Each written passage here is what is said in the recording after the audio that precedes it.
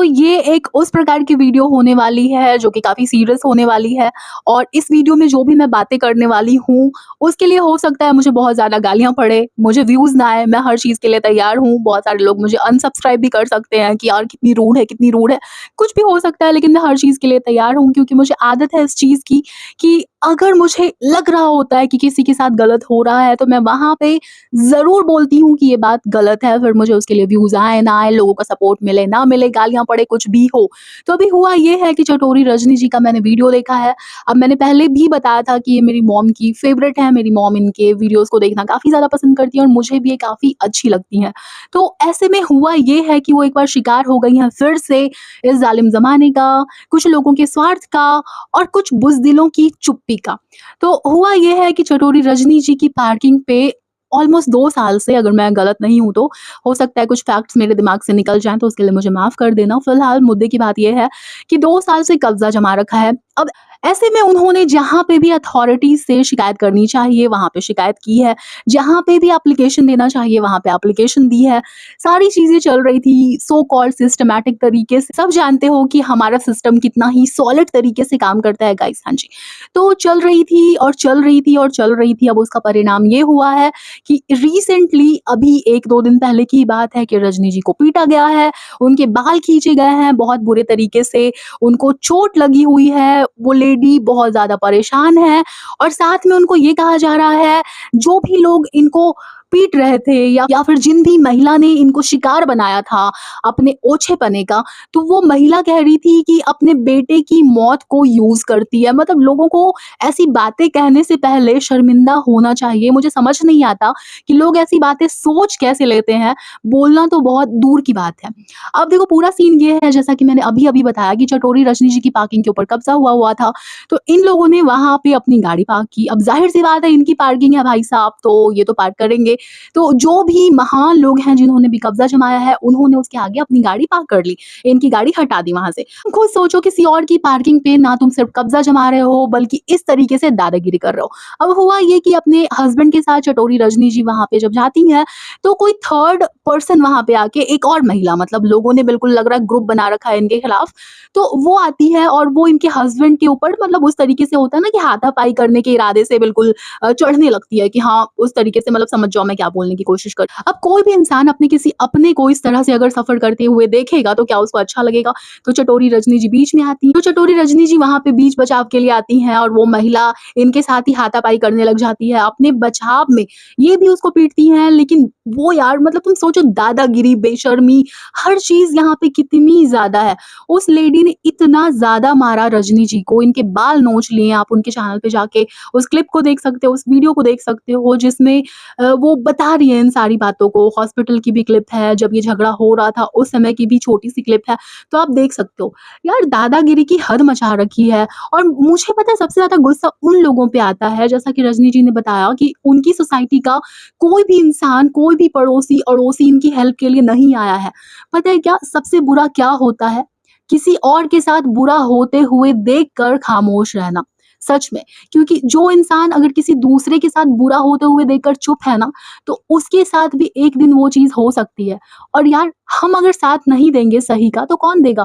और यार मुझे एक बात सच में समझ नहीं आती है, जब इनकी बहुत ज़्यादा ट्रोलिंग चल रही थी सो कॉल्ड कुछ लोगों के द्वारा, जो ऑनलाइन कीपैड वॉरियर्स बने होते हैं, इनको कुछ भी कह रहे थे कि तुम अपने बेटे की मौत के बाद ये कर रही हो, वो कर रही हो, तुम मर क्यों नहीं जाती? मतलब इतनी गंदी-गंदी बातें इनको लेकर कही गई है।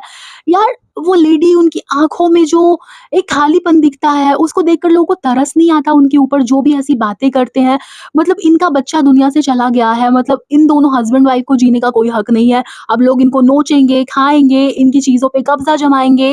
और कहाँ है भाई वो लोग, किधर हैं जो हमारी सुरक्षा के लिए हैं, जो हमारी सेफ्टी के लिए है? किधर है प्रशासन? कहाँ पे हो रही है कार्यवाही? जब भी मैं कुछ ऐसा देखती हूँ ना, तो मुझे समझ नहीं आता कि हमारे अंदर से इंसानियत क्या सच में पूरी तरह मर चुकी है। एक कपल को आप लोग परेशान कर रहे हो, उनके साथ मार-पीट कर रहे हो, उनके पार्किंग में कब्ज़ा जमा रहे हो, उसके बाद उनको ताना दिया जाता है कि बेटे की मौत को यूज़ करती है।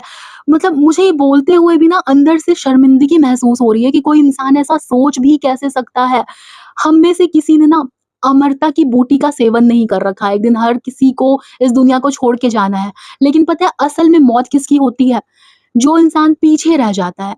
सिर्फ़ साँसें चल रही होती है उसकी। जिस भी इंसान ने किसी अपने बहुत ज़्यादा क्लोज़ इंसान को, माता-पिता को, किसी भी रिलेटिव को, फ्रेंड को, सिबलिंग को खोया होगा, अपनी औलाद को खोया होगा, वो रिलेट करेगा मेरी बात से कि यार खुश नहीं रह पाता वो।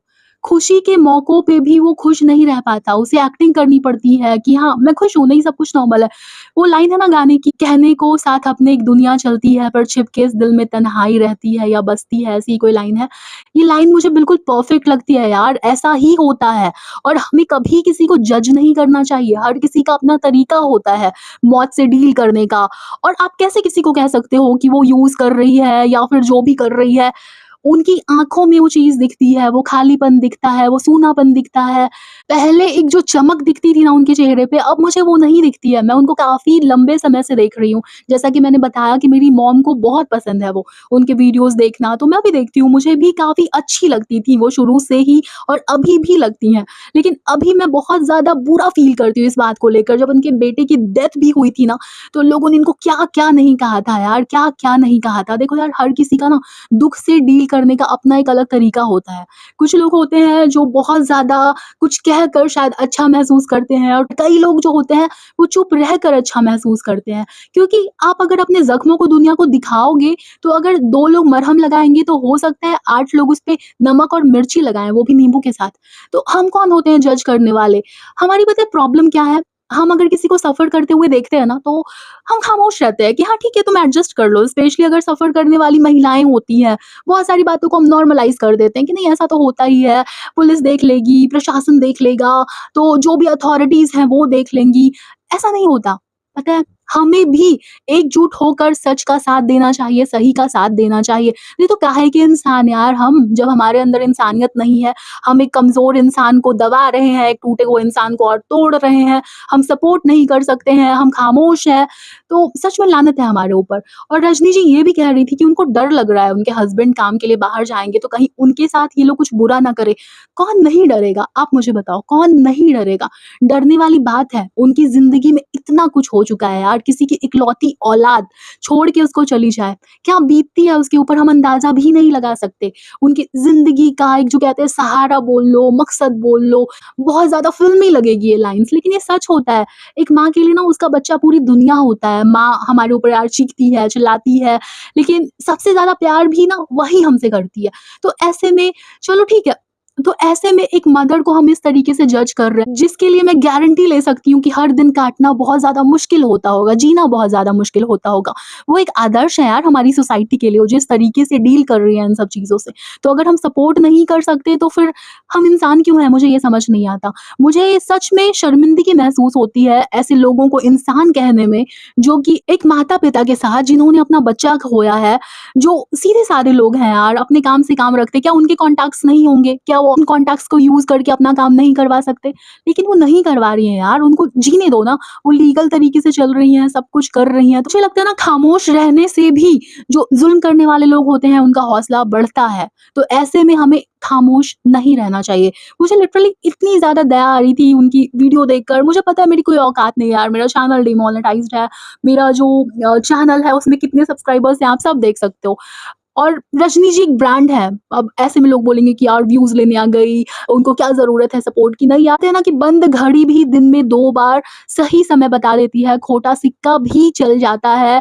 कई बार बहुत ज़्यादा ज़रूरी होता है उस इंसान का सपोर्ट करना जो कि टूटा हुआ है। आपके शब्द, आपकी बात, आपका एक कमेंट भी बहुत कुछ बदलने की ताकत रखता है। तो चलो यार मुझे बस यही कहना था। आप लोग प्लीज़ अगर देख रहे हो मेरे वीडियो को और रजनी जी को नहीं देखते हो, तो उनके कमेंट सेक्शन में जाओ और उनको भर-भर के प्यार दिखाओ और अगर आप किसी भी तरह से उनकी हेल्प कर सकते हो, तो प्लीज़ करो। चलो बस यही कहना था। Bye, thank you.